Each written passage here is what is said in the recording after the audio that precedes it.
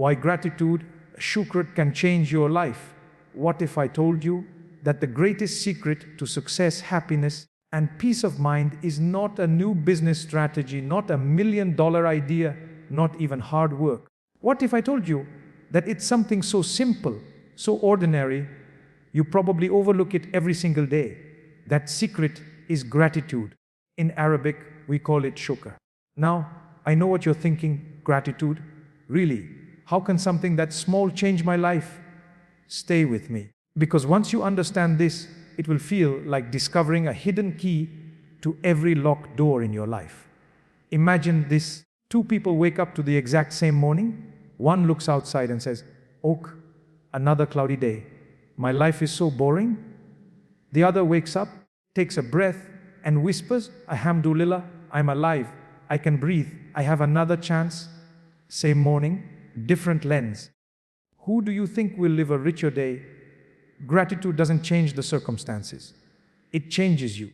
It turns ordinary moments into extraordinary blessings. It's like putting on glasses that allow you to see treasure where others see trash. Imagine these 2 people wake up to the exact same morning. One looks outside and says, "Oh, another cloudy day. My life is so boring." The other wakes up, takes a breath, and whispers, "Alhamdulillah, I'm alive. I can breathe. I have another chance." Same morning, different lens. Who do you think will live a richer day? Gratitude doesn't change the circumstances. It changes you. It turns ordinary moments into extraordinary blessings. It's like putting on glasses that allow you to see treasure where others see trash. Fact 2, imagine for a moment that your mind is like a vast control room full of buttons, wires, and glowing screens. Every thought you have flickers across those screens, every emotion pulls a lever, and every choice presses a button. Now, hidden inside this control room is a master switch.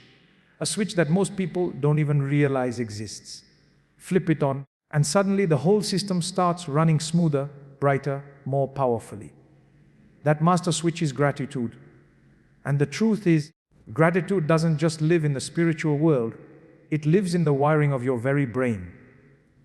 Scientists have been studying this for years, and what they've found sounds almost unbelievable. When you practice gratitude, when you pause and say, "Thank you," even for something small, your brain releases dopamine and serotonin, 2 of the most powerful chemicals linked to happiness. These are the same chemicals people chase through expensive vacations, fast food binges, endless scrolling, even risky habits. Yet your brain can create them naturally just by focusing on what you already have instead of what you lack. Think about how radical that is. The very act of appreciating your blessings becomes a form of medicine, a built-in prescription for joy that never runs out. Picture someone sitting alone after a long, difficult day. Maybe they lost a client, maybe the bills are stacking up, maybe their phone feels like a weight they can't lift. They feel crushed, almost suffocated by the pressure. But then, instead of drowning in those thoughts, they stop, take out a notebook, and write down just 3 things they're thankful for. "My mother called me today. I had a warm meal. I still have my faith." As small as those things sound, something extraordinary happens. That list isn't just words on paper, it's a trigger. Their brain starts to release tiny doses of dopamine and serotonin, turning heaviness into lightness. Nothing outside has changed. The bills are still there, the client is still gone. But inside, the storm is calming. Gratitude didn't erase the problem, but it gave them the strength to face it. A neuroscientist once explained it like this: the brain is like Velcro for negativity and Teflon for positivity. That means negative experiences stick to us while positive ones slide off too quickly. Gratitude reverses that. It forces your brain to slow down, hold on to the good, let it sink in. It's like anchoring yourself when the waves of life are pulling you under. Without that anchor, you drift. With it, you can survive any storm. Let me tell you about Sarah, a young mother I once met. She had 2 kids, worked full-time, and was exhausted every single day. She told me, "I felt like I was disappearing, like life was just happening to me. and I had no control. Then a friend challenged her to keep a gratitude journal. At first she rolled her eyes. "I don't have time for that," she said. But eventually she tried. The first night she wrote, "I'm grateful my kids are healthy. I'm grateful my husband cooked dinner. I'm grateful for 5 minutes of quiet." That was it, just 3 lines. The next night she wrote again, and then again. After a month, she told me something astonishing. "I still get tired, but I don't feel invisible anymore. I feel alive. I laugh more. I don't snap at my kids as quickly. My husband noticed the change before I did." What happened? Gratitude literally reshaped her brain. It reprogrammed her control room. There's even research from the University of California that showed people who wrote gratitude letters or journals for just 10 weeks reported fewer health complaints, exercised more, and felt more optimistic about the future. Their bodies responded as if they were being healed from the inside out. Gratitude lowered blood pressure. It improved sleep. It even strengthened the immune system. Imagine that. The act of saying, "Thank you," could be more powerful than the vitamins you take in the morning. And it's not just about the body. Gratitude rewires relationships too.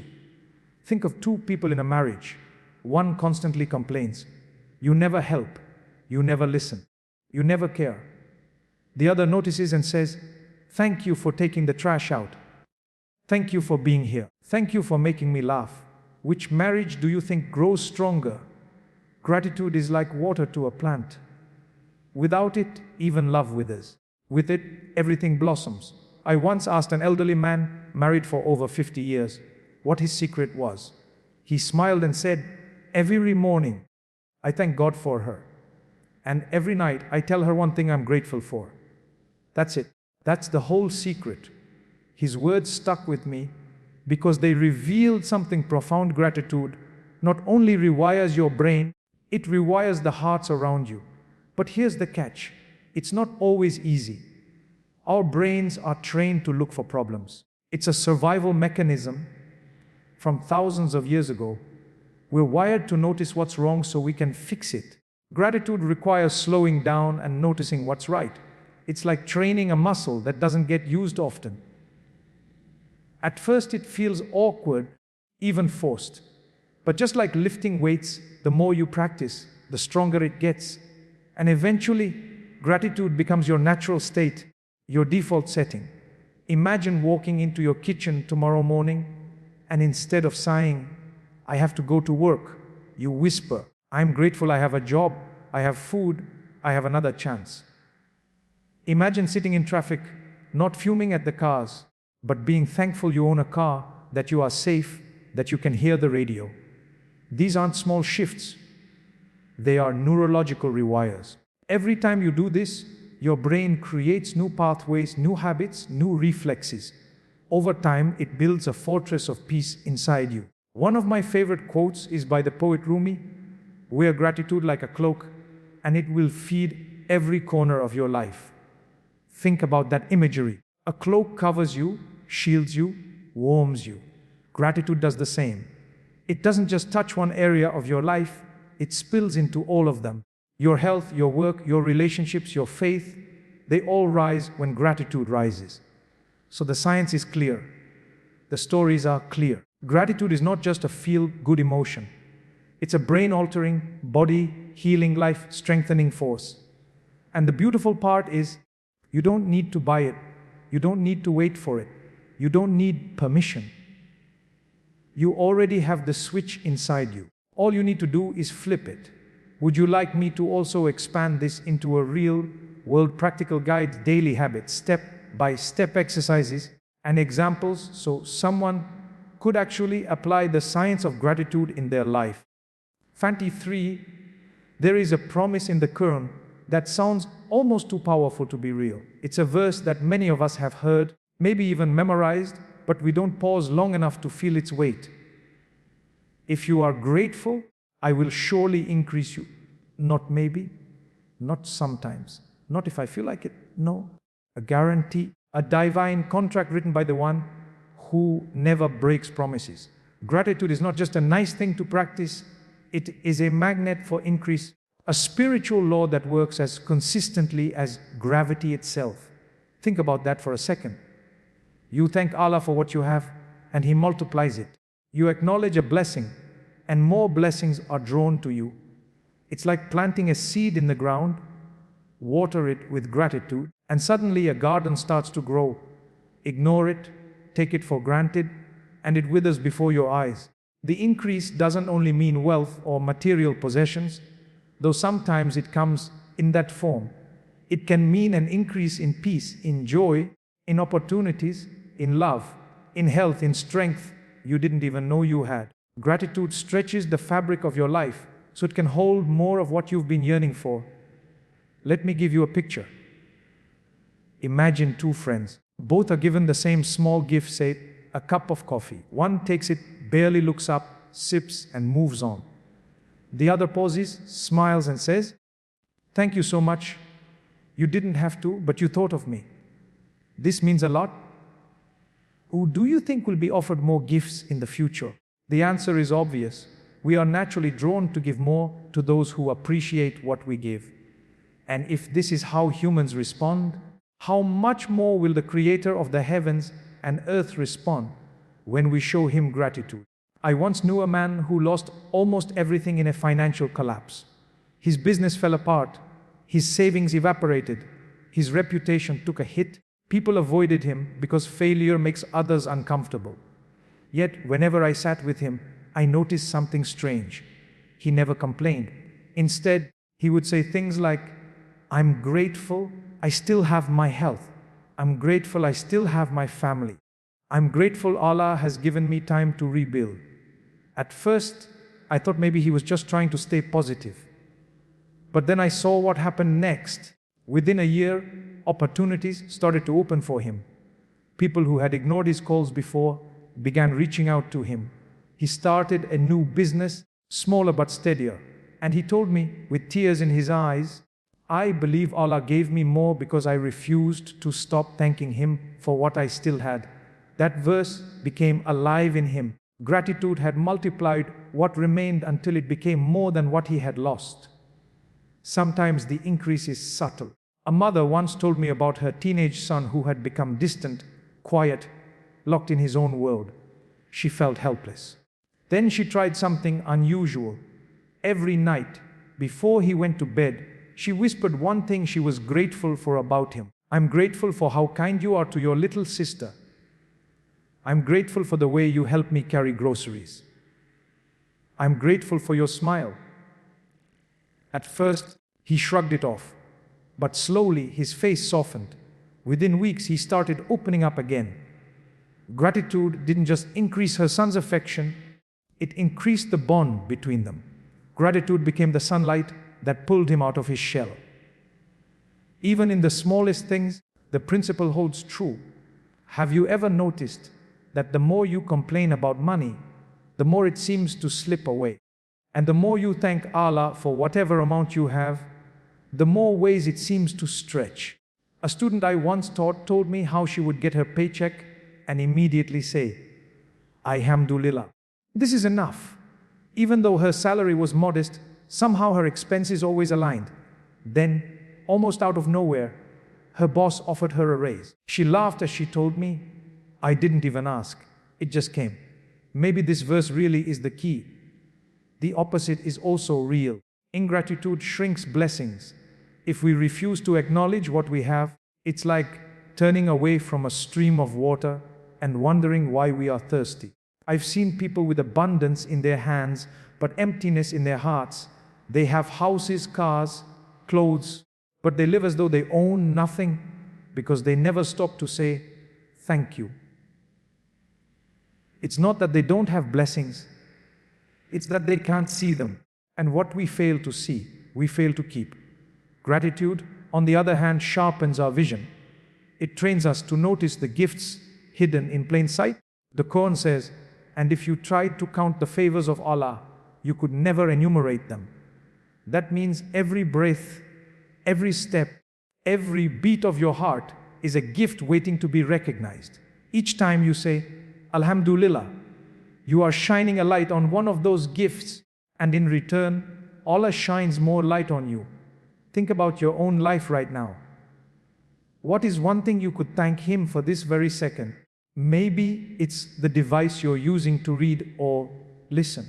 Maybe it's the fact that your heart is still beating without you having to remind it. Maybe it's the loved one who stands by you even when you're at your worst. Start with that. Say thank you for that. Watch what happens next. The increase will come, not always in the way you expect, but always in the way you need. Because gratitude is not just a practice, it is a promise. And when the one who owns all increase makes a promise, there is no force in existence that can stop it from being fulfilled. There is something almost magical about the way gratitude changes a person, not just their circumstances. I remember meeting a man who had gone through one of the darkest seasons of his life. He had lost his job, his savings were running low, and the pressure was suffocating. He told me there were nights he would lie awake, staring at the ceiling, wondering how he would pay the rent or feed his family. Yet one night, instead of spiraling into despair, he picked up a pen and a small notebook and decided to write down 5 things he was grateful for. It wasn't easy. His mind wanted to list his problems, but he forced himself to search for blessings. He wrote, "I'm grateful I'm still healthy. I'm grateful my wife believes in me. I'm grateful my kids laugh even when things are hard. I'm grateful I have a roof over my head. I'm grateful I can still pray." He closed the notebook and went to sleep. The next morning, he told me something shifted. The bills were still there, the bank account was still empty. But his heart felt lighter. He walked differently. He spoke with a quiet confidence. He started looking at opportunities instead of obstacles. And slowly, almost imperceptibly at first, doors began to open. People started reaching out. Ideas started to flow. Within months, he was back on his feet, not because his circumstances magically changed overnight, but because gratitude changed him from the inside out. That's the thing about gratitude. It doesn't wait for life to be perfect before it starts working. It plants seeds of strength in broken soil. It whispers to your heart that even in loss, you still have something. And that whisper changes the way you move through the world. Gratitude makes you magnetic. People are drawn to those who carry light, even when life feels dark. Think about it. Who would you rather spend time with? Someone who constantly complains about what they don't have, or someone who notices even the smallest blessing and smiles because of it? We are instinctively drawn to the second person because their energy feels like oxygen in a suffocating room. Gratitude attracts opportunities the same way it attracts people because both are searching for fertile ground. I once spoke with a young woman who had battled illness for years. She told me, if I focused only on my pain, I would drown in it. But every morning, I thank God for the things my illness can take from me. I can still hear the birds sing outside my window. I can still taste my mother's cooking. I can still feel the warmth of the sun on my face. As she spoke, her eyes sparkled, not with denial of her suffering, but with a kind of richness that can't be bought. Her body may have been weak, but her spirit radiated strength. People around her often said, "Just being near you gives me hope." That is what gratitude does. It turns pain into power, weakness into strength, scarcity into abundance. It's not about pretending everything is fine when it isn't. Gratitude doesn't erase hardship, it reframes it. It's like holding a painting too close to your face. All you see are messy brushstrokes and dark patches. But when you take a step back, you realize those brushstrokes were part of a larger masterpiece.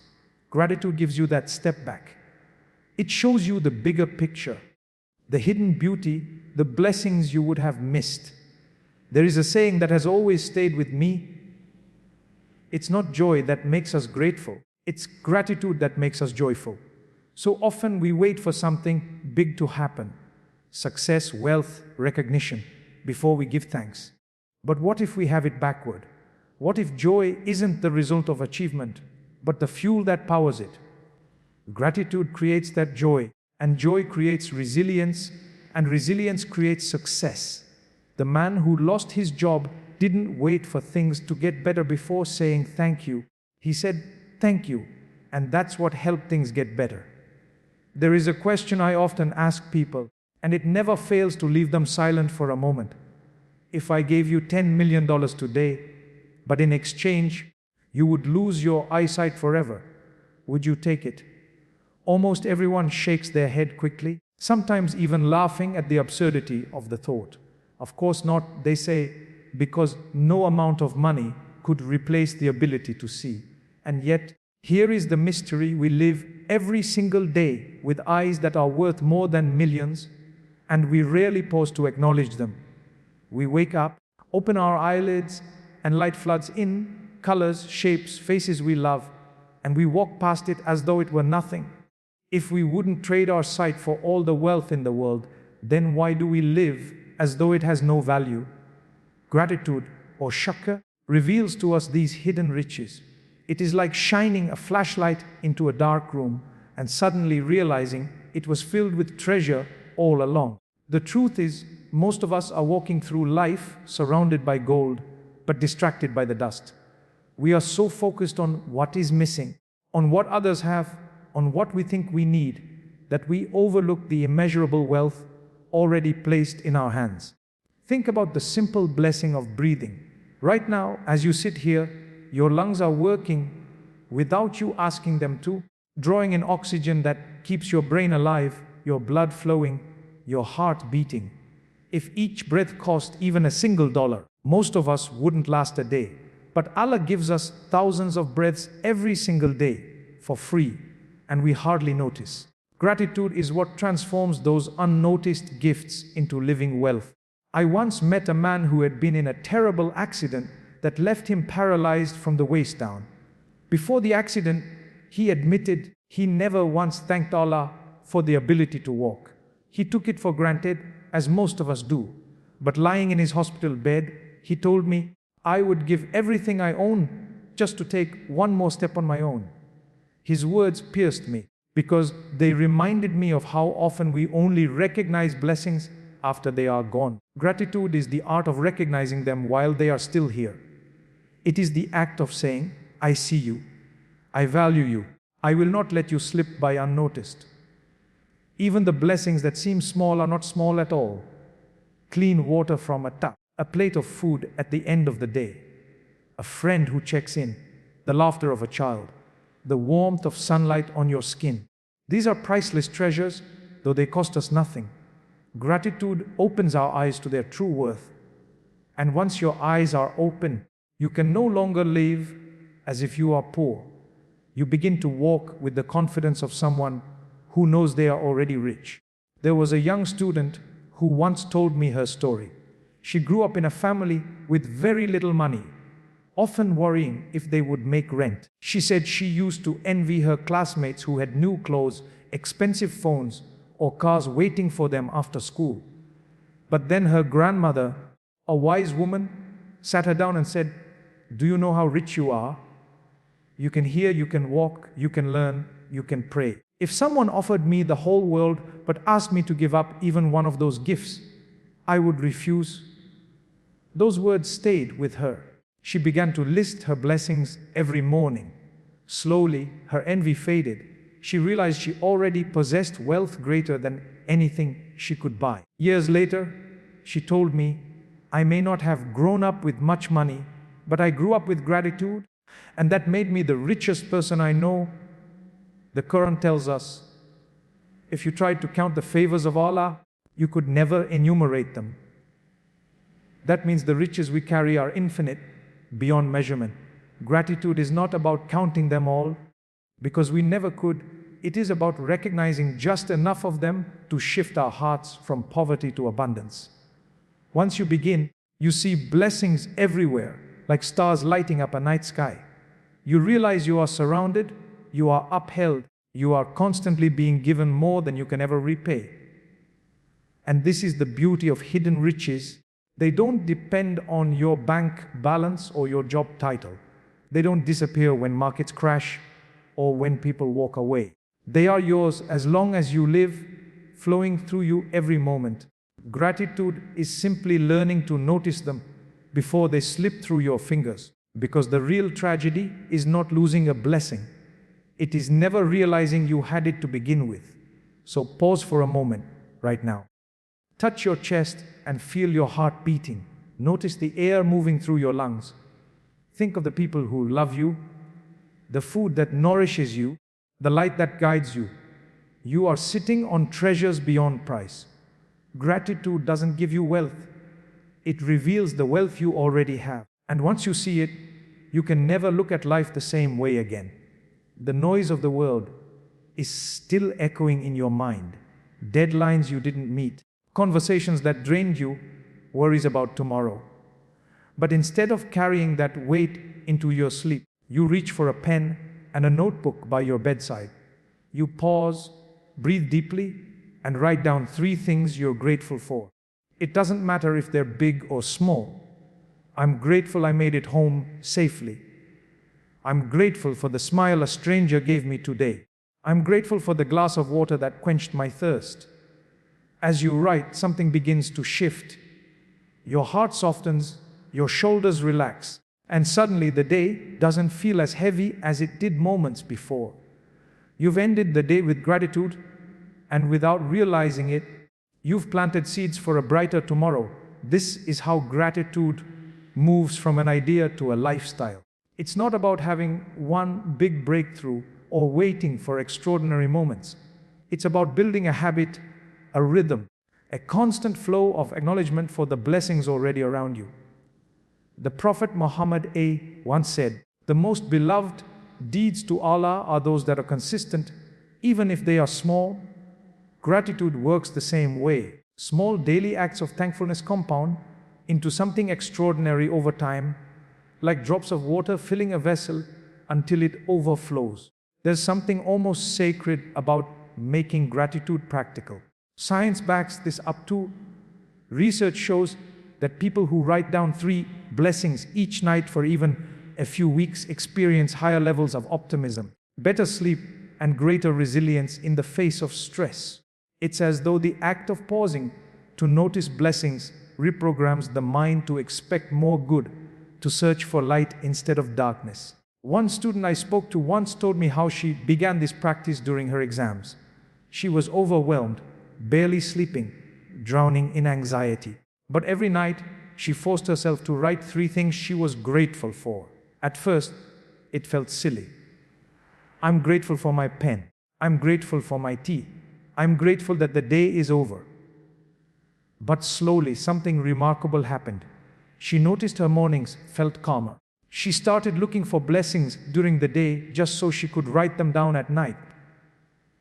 Gratitude became her lens, and her anxiety began to loosen its grip. It's not just about writing, though. Gratitude can be spoken, shared, embodied. Imagine a father who, instead of only giving instructions to his children, pauses to say, "Thank you for helping me with the dishes today. Thank you for making me laugh. Thank you for being you." Those words sink deep into their hearts, giving them a sense of worth that no lecture could provide. Gratitude in relationships is like watering a plant. Without it, even love can wither, but with it, connections blossom and grow strong. A simple thank you can heal wounds that silence could never mend. There was a woman I knew who worked as a nurse. Her shifts were long, her body always tired, her patience often tested. She told me that she began a habit of whispering, "Alhamdulillah," under her breath each time she completed a task. "Alhamdulillah, that patient is resting now. Alhamdulillah, I have the strength to walk to the next room. Alhamdulillah, this day is almost over." It became a rhythm, like the beating of her own heart. She said it didn't erase the exhaustion, but it transformed it. Gratitude turned her work into worship, her stress into service, her daily grind into something meaningful. That is the power of living gratitude, not just thinking it. Even during hardship, gratitude can be practiced. It might not look like celebrating, but it can look like surviving with dignity. It can look like saying, "I don't have everything I want, but I still have something to hold on to. Gratitude is not denial of pain. It is the refusal to let pain blind you to blessings that still remain. It's like lighting a candle in a dark room. The darkness doesn't vanish, but now you can see where you're walking. And here's the secret most people don't realize, as gratitude is contagious. When you live it, speak it, write it, others catch it. Families transform, workplaces shift, even strangers feel it.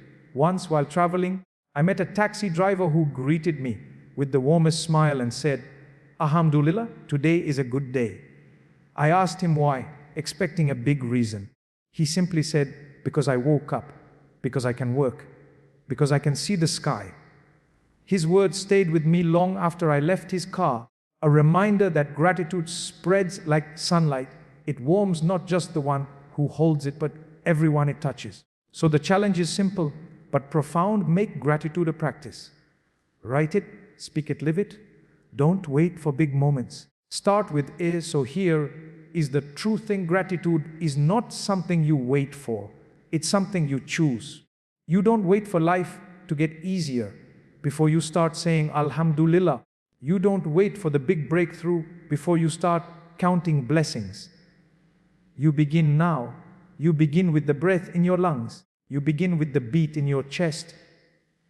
You begin with the people who stand beside you, with the food on your table, with the light in your eyes. Because gratitude grows when you practice it. Gratitude multiplies when you live it.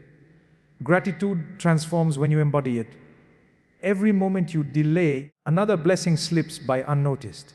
Every moment you choose shukr, another door begins to open.